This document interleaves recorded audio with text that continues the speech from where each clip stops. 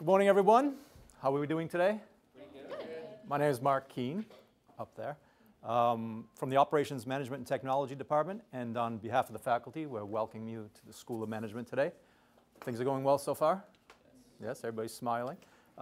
First of all, you've all been accepted to the School of Management, right? 12,000 applications for 370 some odd spots. How did you do that? That doesn't even seem possible. And we accepted 22% of the applications that applied to SMG, and 33 or 35% were admitted to the university. Unbelievable. I'm glad I wasn't applying because I'm very sure I would not have gotten in. So welcome. So today, what are we doing today? We're running way behind schedule, so we'll have to speed everything up. But today we're here to give you a little sense of what it's like to spend a day at the School of Management. This is a typical day. You come in, we give you food and breakfast in the morning, and you come to class for about a half an hour, and then you have lunch. So this is what you do every day. And the weather is off. I mean, there's some folks here from Boston, right? It's usually 80s, 85, right, around this time of year. I think it's low 80s, low 80s. So first, let's go around, if you don't mind. We're doing a case today on Netflix. I don't know if you looked in the brochure yet. So if you would just introduce yourself, where you're from, and maybe say your favorite TV show or movie, just to get the whole Netflix theme going. All right, sure. Hi, everyone. My name is Alon. I'm from northern New Jersey, and my favorite show is probably White Collar. White Collar. Yeah, White Collar. I don't know that one. So many shows. I don't know any shows. There's tons. Okay. Hi, my name is Jason. I'm from Atlanta, Georgia, and my favorite show would probably be Suits. So I don't know Suits. I don't know anything. They're on the same channel. So. They're on the same channel. Maybe I probably don't get that channel. Hi, I'm Priscilla. I'm from Burlington, Massachusetts, and my favorite show is Suits too. I'm gonna have to watch this Suits. It's a show. Hi, I'm Christine Baylarian. I'm from Franklin Heights, New Jersey, and my favorite movie is probably My Big Fat Greek Wedding. I'm Ashley from Staten Island, New York, and I would say my favorite movie is Devil Wears Prada. I'm Joey McCarthy. I'm from Philadelphia, Pennsylvania, and my favorite show is 30 Rock. 30 Rock, I know. Hi everybody, I'm Fiona, and I'm from Boston, and my favorite TV show is The Big Bang Theory. That I I'm know. Maya. I'm from Connecticut, and I love watching the Food Network. I like the food. What do you like on the Food Network? Everything. Is Diners, Drive-Ins, and Dives, is that on Food Network? Yeah. That is the greatest show. And Chopped. Is Chopped that show? I love Okay. Hi guys, I'm Marissa. I'm from Pittsburgh, Pennsylvania, and my favorite show is probably How I Met Your Mother. My name is Dario. I'm from Scarsdale, New York, and my favorite show is probably The Office. Yeah, Office is great. My name is Anna Jacobs. I'm also from Scarsdale, New York, and my favorite show is Family Guy. I'm Creighton. I'm from Belmont, Mass, and I like The Office. Office is good. I'm Tay, and I'm from Virginia. My favorite show is Sports Center. Sports Center. Okay. I'm Irene. I'm from Goffstown, New Hampshire, and my favorite show is also The Big Bang Theory. Hi, I'm Diana. I'm from Hillsborough, New Jersey. My favorite show is probably How I Met Your Mother as well. Hi, I'm Charlotte. I'm from Long Island, New York, and my favorite show, it's off there now, but One Tree Hill. What is it called? One Tree Hill. I don't know that one either. My name's Ethan. I'm from Norwalk, Connecticut, and my favorite show is White Collar. It's White Collar. I'm making a note on White Collar. I'm Dylan. I'm from San Francisco, California, and my favorite show is Suits. I'm Haley. I'm from Waldeck, New Jersey, and my favorite show is Scandal. I'm Tim. I'm from Woburn, Massachusetts, and my favorite show is The Office. The Office. I'm Jordan. I'm from Newton, Massachusetts, and my favorite show is Homeland. I'm Will from Worcester, Mass. My favorite movie would be Anchorman. My name's Hugh. I'm from Boston, and my favorite show is MasterChef. Is? MasterChef. Okay. Hi, my name's Sandy. I'm from Boston, and my favorite show is The Office. Hi, my name is Kristen. I'm from Ashland, Massachusetts, and my favorite show is Psych. Hi, my name is Kimberly. I'm from New York, and my favorite movie is The Mechanic. I'm Steven from Bronx, New York. Favorite show is Breaking Bad. So I was waiting for Breaking Bad. That's the best show. That is the best show on TV. I don't know what people are talking about. My name's Brianna. I'm from Hampton, New Jersey, and my favorite TV show is Modern Family. My name is Julia. I'm from Wellesley, Massachusetts, and my favorite show is also Modern Family. I'm Brian Chambers. I'm from Sandwich, Massachusetts. And yes, that's Sandwich. It's on Cape Cod. And my favorite movie is Good Will Hunting, and I love How I Met Your Mother. Excellent. My name is Keith Drucker. I'm from Attleboro, Massachusetts. And my new favorite movie, because I saw it last night, is 42, about Jackie Robinson. Yeah, is it good? It was awesome. Yeah. You should totally go see it. My name is Donaldson Ayer, and I'd probably say my favorite show is 24. I'm Erica, but I go by Ricky. I'm from Queens, New York, and my favorite show is Mad Men. Mad Men. Okay. Well, nice to meet all of you. We better get right to business. So we have a case. You don't do case analysis in high school, so this is going to be something new. A case is, in a school of management, we have what's called the case method of teaching, which is a little story. Sometimes it's a real story, sometimes it's fictional, but you have a character in the story who has a problem or a decision to make. You, the student, are thrown right into the situation. You don't have all the information, you only have some of the facts, and you have to kind of come up with a plan of action. So today's case is going to be Netflix. It's a one-page case. If you open up your packets, you should see it in there. And I'll just quickly tell you what my first teacher told me when I did case analysis, how to read a case. You find it? Losing control, it says on the top.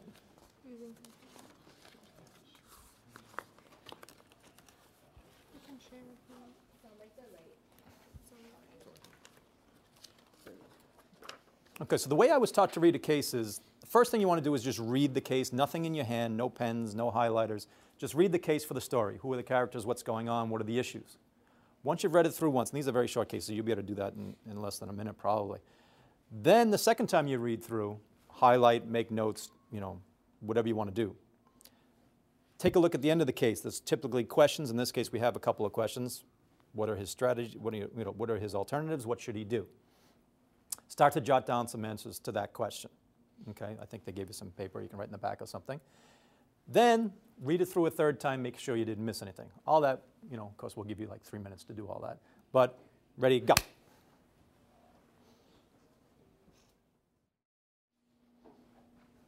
Everyone had a chance to quickly go through that?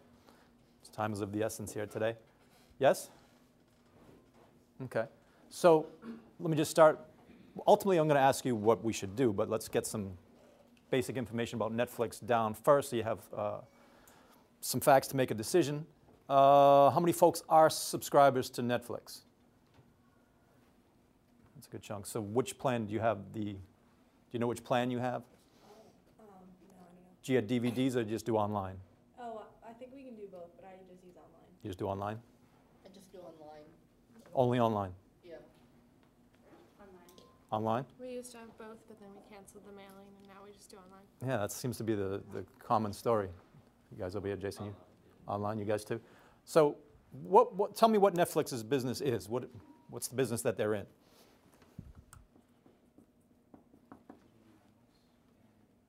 Jason? Right, so we got two parts to our business, right? The DVD rentals and streaming. This is folks that don't have Netflix, this is the way it comes, right? You get this blue thing in the mail, blue. Get this red thing in the mail, and I was looking at my tie as I was saying the color. DVD's in here. When you're done with it, you put it back in, you rip this off, seal it, send it back. No postage. You guys are too young yet, but when you get older and all you have in the mail are bills, I get this. I never even look at the movie. I just like this. Somebody likes me. You just look at the stack of bills and you see this and you just get really happy. Even if you never, I swear, half the time I don't even watch the movie. I just send it back. Or you can stream. Now, where do you guys, Sandy, where do you watch? On what? Laptop? My smart TV. On your smart TV? Yeah. Okay. So you don't have kids either because you don't have a TV when you have kids. What else? Where else do people watch? I watch on my iPad. On your iPad, right? Very easy. I used to use my iPad to watch TV, but I had more kids, and now I don't have an iPad either. So I'm down to this. This is where I watch TV now, on my phone. One by one, they're taking my devices away from me. Other folks, is it all laptops, iPads? TV, iPad. Anybody watching on their phone?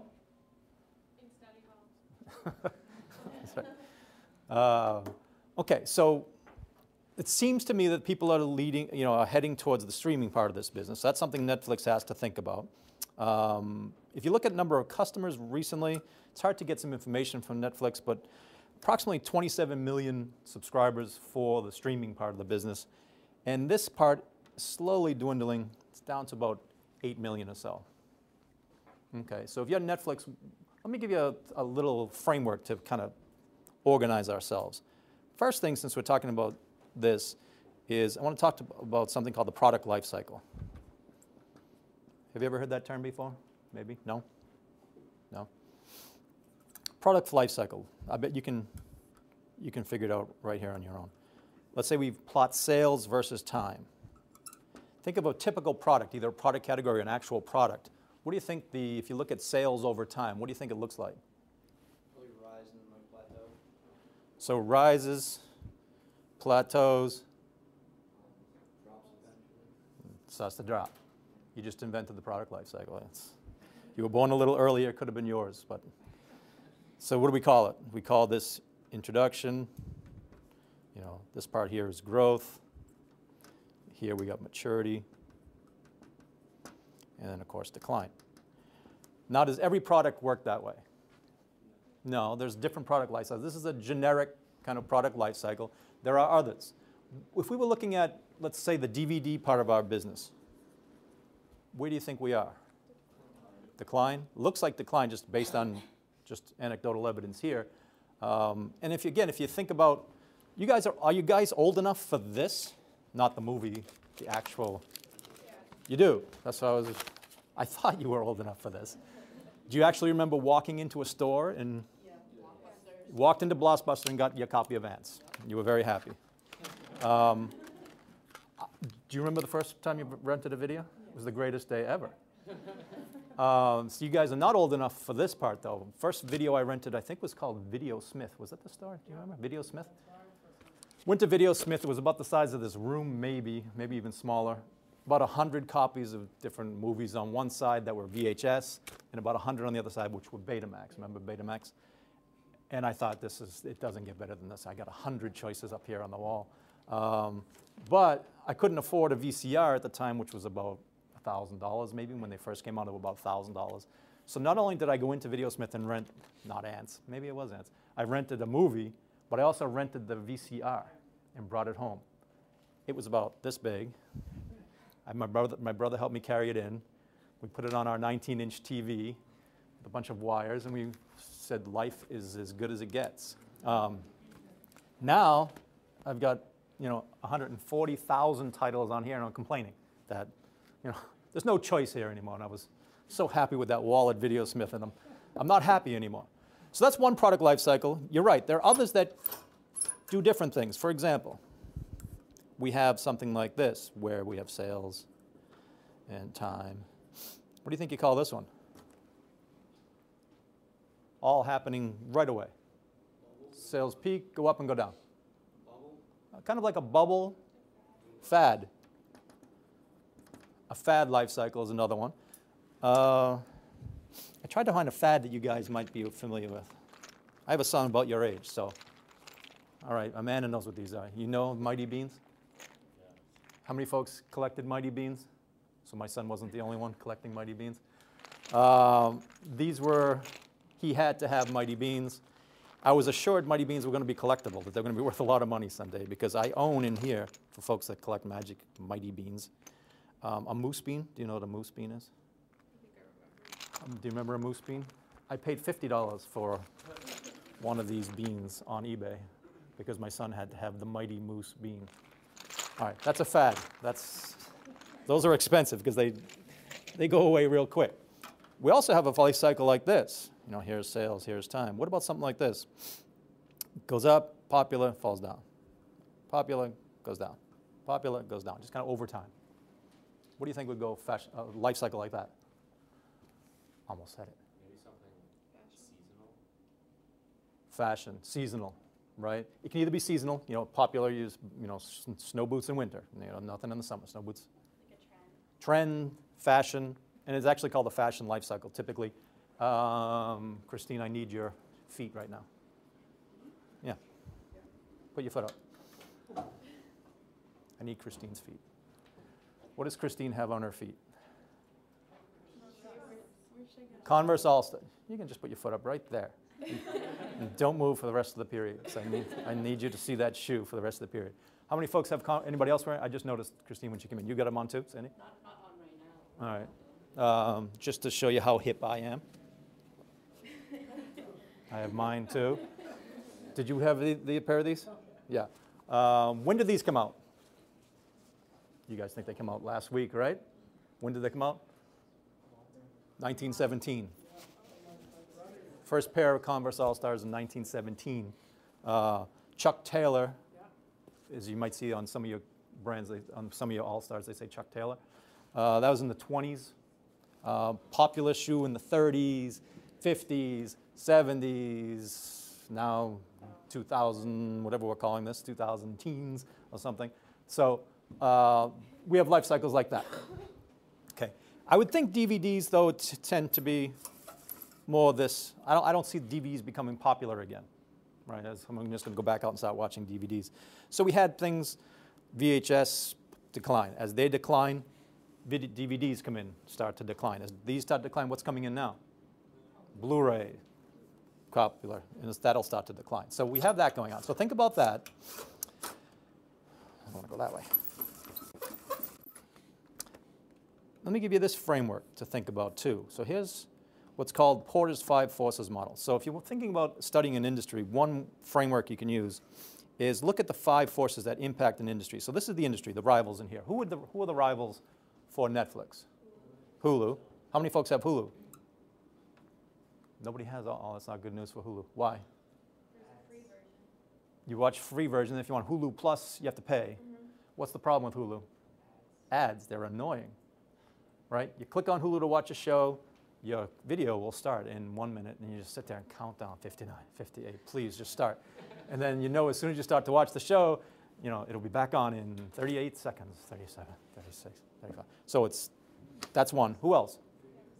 I had a trial and I just didn't think they had that many variety, like a great option. You did for Hulu or for? For Hulu, and I had both Netflix and Hulu for the same time. And you prefer Netflix? Yeah. Anybody else? Any other rivals for Netflix? Amazon is the big one, right? Amazon Prime. Anybody have that? Amazon. Does anyone have Amazon Prime? Do you? You like it? I only use Netflix, really. So Amazon Prime, for those folks that don't know, is you sign up for a flat fee. I think it's $79 still for the year. Pay a flat fee. You get free shipping on everything you order through Amazon. You get access to the movies and TV. I guess, is it just movies now? I think it's just movies. And you get one free Kindle rental a month for $79 a year. Okay, so we can flesh that out a little bit if we want to. The other things going on are new entrants. If you're Netflix, are you concerned about that? Who are the new entrants? Any idea who's getting into this business? There's a few mom and pop stores like Apple, Microsoft, Google. You know, just some small players, Walmart, you know, Verizon, Intel. Yeah, so are you concerned if you're Netflix about these folks? Yeah, I'd be a little concerned. You have substitutes down here. I'm not sure there's very many good substitutes for online streaming or DVDs. You've got suppliers to the industry. Who are the suppliers to this industry? The movie companies, television companies, movie production companies, cable companies. Do they have a lot of power? Yeah. So content providers are here. And then you have buyers, customers in this case, right? And those are you and I, you know, us. The threats for suppliers to the industry and threat of buyers to the industry is if they do what's called forward or backward integration. Forward integration means suppliers move into your business. Backwards integration means buyers move into your business. I don't think we're not going to go into the streaming business, right, as just consumers. Are suppliers getting into our business? Yeah. Yeah, there's a lot of suppliers getting into this business. HBO, Showtime. You guys, I know some of you guys like Breaking Bad, some of those shows. You can't even watch some of those sometimes. You have to go to the site. You have to go to the Bravo site, the A&E site. Each network is showing their own content now. What are companies like Amazon and Netflix doing to kind of combat that supplier power? Because they have all the power. They own the content, and we need the content. So what are you going to do? Buying the rights to the series. You buy the rights to the series. That's getting very expensive, right? The more people get into this business, the more expensive that's going to get. What else can you do? Make your own content. So what's happening is we're not only buying from these people, we're actually competing with these people. So we're moving backwards into their business. And this is getting very blurred. Who are the suppliers and who are actually delivering the content? They're going back and forth now. And as you get these new companies coming in, it's chaos, right? There's a lot of competition, a lot of demand for, not a lot of content. All right, so with that in mind, hope you have enough time. We're going in teams now, all right? I'm going to give you one slide and one pen, and I'm going to give you, what do we have till 10? Use what I need? All right, so I'm going to give you one blank slide. Where's my blank slides?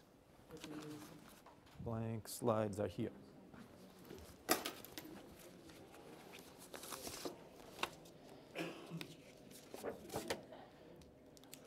All right, so your question in your team is, what should we do? We're Netflix, what should we do? And you got about a minute. So this back row here is a team. Diana, from here is a team. From Irene to Marissa is a team. You guys are a team, and you guys back there are a team. There's your one slide. I'll get you your pen. All right, so let's get back together, and we'll only have a couple of seconds for each team to kind of walk us through their plan. This is Team Anna. Team Anna. Anna, are you the spokesperson? I guess so. All right, go ahead. So we wanted lower prices on streaming to get more customers, because they did mention, like in the reading, that they lost a lot of customers when they increased prices. We wanted to focus all their energy on streaming, because we don't believe that DVDs are going to be anything in the future. We think Netflix should think of something new, like something creative. We don't know exactly what, but anything. They should focus on creating new shows so they don't have to compete with people for content. Are they doing that? Yes. Yes. So Netflix, Amazon too, Yeah. are both developing their own content. Netflix, their number one watched show on Netflix is House of Cards, which is their own production. That's expensive. Yeah. Okay. We think they should make deals with suppliers, such as getting exclusive rights for other shows to beat out competition. And also maybe they should merge with other companies. That way they could just work together to rip people off instead of fighting with each other. So rip people off? That's no, that's not what business is. Excellent. All those things. My one concern is these companies that you're competing against, Amazon's and these, and Apple and Microsoft. Do they generate income in other places other than their streaming part of their business? Do we? No. If we get rid of that DVD, we've got nothing. So even though DVDs is a decreasing, it's on the decline part of the product life cycle, can you still make money with it? Yes. Yeah. I mean, the classic example is Ivory soap. You guys know Ivory soap. Ivory soap's been in the declining phase for 60, 70 years. People still make a lot of money selling Ivory soap. So you want to make sure you have some other income generated. Let's go to Team Charlotte. All right, what do we got here? Well, we said since a lot of their TV shows and movies aren't really that. I mean, the TV shows you can watch previous seasons, but they don't keep updated show to show. So if they kept updated show to show, they might get more customers. Costs money. Yeah. How do people watch TV? Do you guys watch and sit down and say, oh, tonight's Tuesday night, I'm going to watch whatever? Does anybody do that anymore? Timothy, you do? You do? I wait till the whole season's over and I want to watch every show that weekend and I'm done. I don't yeah, or you DVR it. Okay. If all the movies were available for streaming, like instead of the DVDs, like, well, not instead, but in addition to DVDs, and if you want to watch it instantly. Yeah. And then we said a reward system or a discount system for like finishing a series. Like if you watch the entire season. You'll give me something? Yeah. Oh wow, I'd be rich then. I could pay for my son's education if I got money for finishing a series. And then we said to subscribe, like you should be able to subscribe to individual shows. That like when you subscribe to the show, it'll like you'll instantly have it available to you as opposed to like having to download it or having to get it mailed to you. Once that becomes available, it'll instantly be sent off to you. What about this last one? Does Netflix do that already? If it's canceled on regular television? I don't know. We said like it could continue to be made. Are they doing that? Yes. What? The Arrested Development, which was canceled on network TV, is now going to be on Netflix. How are they releasing it? Do you know? They're releasing it all one season. All one season, all at once. So you want to watch it that night, you watch the whole season. Good. What do we got back here? Team Sandy. A quick change on Team Sandy. No, it wasn't a change. I know. All right. Give me the highlight because they have to leave. Highlight. What's the best point? We wanted to focus on customer outreach, basically through referrals, give customers benefits if they manage to get someone else to hop aboard Netflix. We want to expand to Blu-ray as well, and also hopefully to expand overseas because if you look at some of your competitors, they do have overseas markets. And Netflix is doing a lot of the things you guys are saying. Netflix is spending a lot of time and money overseas. Nice. Fiona. So we also said that we have to focus on like retaining the attention of the consumer. So we could do like marketing through social media with like advertising, and we could do endorsements of celebrities or something. And also like some of the other groups said to get rid of the male exclusive shows in the movies and having like just stream them online. You just want to do everything streaming. Okay. Just be careful about that revenue stream. Julia, are you the spokesperson? Yeah, I guess. So we said you could offer incentives. Well, yeah. One of the major flaws was when they increased prices. I remember this happening. Everyone left Netflix. It wasn't even a crazy increase in prices, but everyone left. So one of the biggest things they have to do is they have to bring back their old customers and give incentives to them for staying. And I mean, they have a broad base of both customers and movies and everything. So they have the ability to advertise to a wide group. So if they are able to bring back old customers and entice new customers, I think that's the most important thing to do. Okay. Now, one thing you want to be careful of, if you're going to compete on cost, are we going to be able to compete with Apple and Microsoft and Google and Walmart on cost? That might, that might be tough. They did get back most of their customers, if not all. Actually, they've gotten all their customers back after that fiasco. So that's good news for Netflix. In 5 minutes, you did what we would usually do in a class of an hour and a half, to be honest with you. That's as good an analysis as I've ever done on any case. So you guys are good. I got to let you go. It was a pleasure meeting you. Congratulations. I hope to see you all in the fall. It's an exciting time here at the school. New curriculum. You'll be the first group through. If you have any questions, my contact information is up there.